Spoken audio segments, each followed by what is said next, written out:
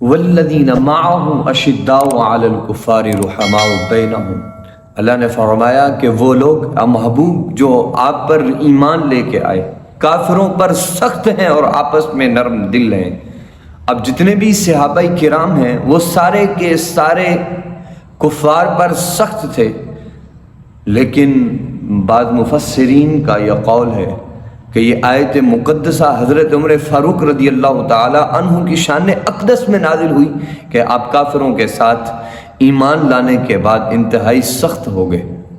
حضرت عمر فاروق رضی اللہ تعالی عنہ آپ کی یوم شہادت یکم محرم الحرام 24 ہجری کو بروز ہفتہ کے دن ہوئی، اور آپ کا سلسلہ نسب 8ویں پشت میں جا کر حضور علیہ الصلاۃ والسلام کے شجرہ نسب سے جا کر ملتا ہے، اور آپ کے قبیلے کو یہ ایک امتیاز حاصل تھا کہ اہل عرب میں جہاں پر کہیں لڑائی ہوتی تو اس کے ثالث آپ ہوتے، اور اس کے علاوہ دیگر جتنے بھی معاملات ہوتے آپ ان کو دیکھتے، حتیٰ کہ حجاج کرام کی نگرانی کرنا اور خانہ کعبہ کی مجاوری کرنا یہ آپ ہی کے ذمے تھی۔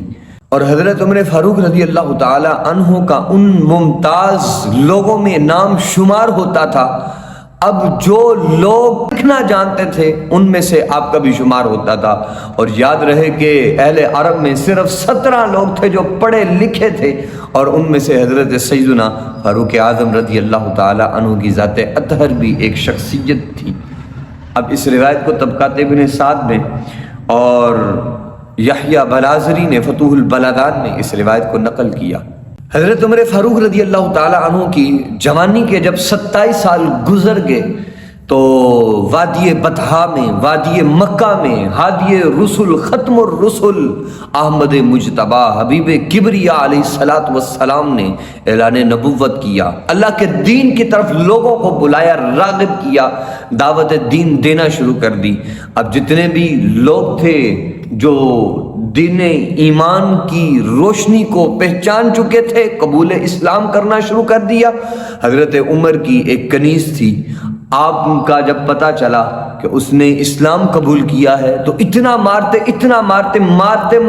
تھک جاتے، لیکن پھر بھی وہ کہتی میں حضور کے دین کے ساتھ بے وفائی نہیں کر سکتی، مر تو سکتی ہوں، جان تو دے سکتی ہوں، لیکن حضور کے دین کے ساتھ بے وفائی نہیں کر سکتی۔ اب اسلام کا نشہ ہی ایسا تھا جو چڑھ جاتا اترنے کا نام ہی نہ لیتا۔ اب یہ اسلام کی چاشنی تھی، حضور کی محبت تھی، حضور علیہ الصلوۃ والسلام کی قربانی تھی، جو حضور جان رحمت علیہ الصلوۃ والسلام نے اپنے صحابہ کرام کو جس محبت بھرے انداز میں دین اسلام کی دعوت پیش کی، اب وہ مر تو سکتے تھے لیکن دین اسلام سے پھر نہیں سکتے تھے۔ تو جناب عمر کے خاندان میں سے زید کے بیٹے سعید، اب سعید ان کی شادی حضرت فاطمہ بنت خطاب سے ہوئی جو حضرت عمر کی بہن تھیں۔ اب انہی کے خاندان کے ایک معزز فرد حضرت نعیم بن عبداللہ اسلام لا چکے تھے، اور یہ وہ شخصیات تھیں جنہوں نے دامن اسلام کو تھام لیا تھا۔ ایک دن حضور علیہ الصلوۃ والسلام کا درہ رحمت جوش میں تھا، حضور علیہ الصلوۃ والسلام نے اللہ کے حضور ہاتھ اٹھائے اور عرض کی اللہم اعز الاسلام بابی جہل بن ہشام و بعمر بن خطاب۔ اللہ کے حضور عرض کی، کہا کہ مالک عمر بن خطاب کے ذریعے یا ابو جہل بن ہشام کے ذریعے اسلام کو طاقت نصیب فرما۔ اب حضور علیہ الصلوۃ والسلام کے لب اقدس سے یہ دعا نکلی، ہاتھ بلند ہوئے، اللہ تعالیٰ کی ذات نے اپنے حبیب کی دعا کو شرف قبولیت عطا فرمائی۔ اب جناب عمر ایک دن اپنے گھر سے نکلے اور تلوار بے نیام ہے، اور رستے میں جا رہے ہیں بڑے غصے کے ساتھ کہ معاذ اللہ آج حضور علیہ الصلوۃ والسلام کو شہید کر دوں گا۔ اب رستے میں حضرت نعیم بن عبداللہ ملے، کہا کہ عمر کہاں کو جا رہے ہو؟ چہرے کے تیور دیکھ کے پہچان چکے، کہا کہ عمر کہاں کا ارادہ ہے؟ کہا کہ آج معاذ اللہ حضور کو شہید کر دوں گا، یہ اسلام کے قلعے کو ختم کر دوں گا۔ اب حضور جان رحمت علیہ الصلوۃ والسلام کی تلاش میں نکل پڑے۔ حضرت نعیم بن عبداللہ نے کہا کہا کہ عمر پہلے تم اپنے گھر کی خبر تو لے لو۔ حضرت عمر فاروق رضی اللہ تعالی عنہ کو بتایا، کہا تمہاری بہن نے اور تمہارے بہنوئی نے اسلام قبول کر لیا ہے، پہلے گھر کی تو خبر لے لو۔ اب جناب عمر بہن کے گھر کی طرف تیزی سے جا رہے ہیں۔ اب جب وہاں پر پہنچتے ہیں، دیکھا کہ قرآن کی آواز کانوں میں پڑی۔ جب بہن نے دیکھا کہ بھائی کے قدموں کی آہٹ آ رہی ہے، فوراً ہی قرآن کے اوراق کو چھپا لیا۔ اب جب گھر میں داخل ہوئے، آتے ہی بہنوئی کے گریبان کو پکڑا، دستوں گریباں ہو کر اتنا مارا جسم لہو لہان ہو چکا ہے۔ اب بہن آگے بڑھتی ہے، اپنے خامند کو بچانے کے لیے بھائی کو روکنا چاہا، لیکن بھائی نے بہن کو اتنا مارا بہن کو بھی لہو لہان کر دیا۔ تو بہن نے کہا کہ عمر ابن خطاب تم جتنا چاہو مار لو، اگر تم بھی خطاب کے بیٹے ہو، میں بھی خطاب کی بیٹی ہوں، جان تو جا سکتی ہے لیکن حضور کے دین کے ساتھ بے وفائی نہیں ہو سکتی۔ اب جب یہ بات سنی تو عمر ابن خطاب نے کہا کہ ایسی بات جو بہن میرے آگے آنکھیں نہیں اٹھایا کرتی تھی، آج بات یہ ہے کہ میری آنکھوں میں آنکھیں ڈال کر بات کر رہی ہے، ضرور کوئی خاص بات ہے۔ تو کہا کہ سناؤ مجھے پھر وہ قرآن جس کی تم تلاوت کر رہے تھے۔ تو بہن نے کہا کہ پہلے عمر غسل کر کے آؤ۔ غسل کیا، قرآن کی تلاوت شروع کی، سبح للہ ما فی السماوات وما فی الارض وهو العزیز الحکیم۔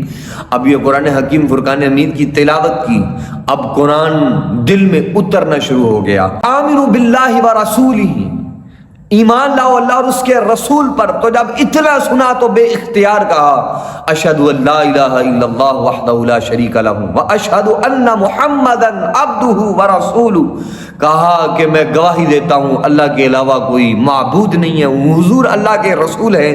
جب اتنا کہا تو بہن نے کہا کہ بھائی نے اسلام قبول کر لیا ہے۔ اب حضرت عمر کے دل میں یہ تمنا پیدا ہوئی کہ حضور کی بارگاہ اقدس میں حاضر ہوں۔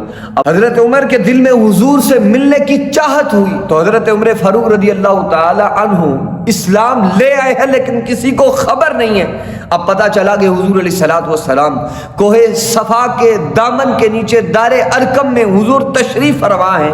اب حضور علیہ الصلوۃ والسلام سے ملنے کی چاہت میں جب حضرت ارقم کے گھر کے دہلیز پر پہنچے، دروازہ کھول کر اندر گئے، تلوار بے نیام ہے۔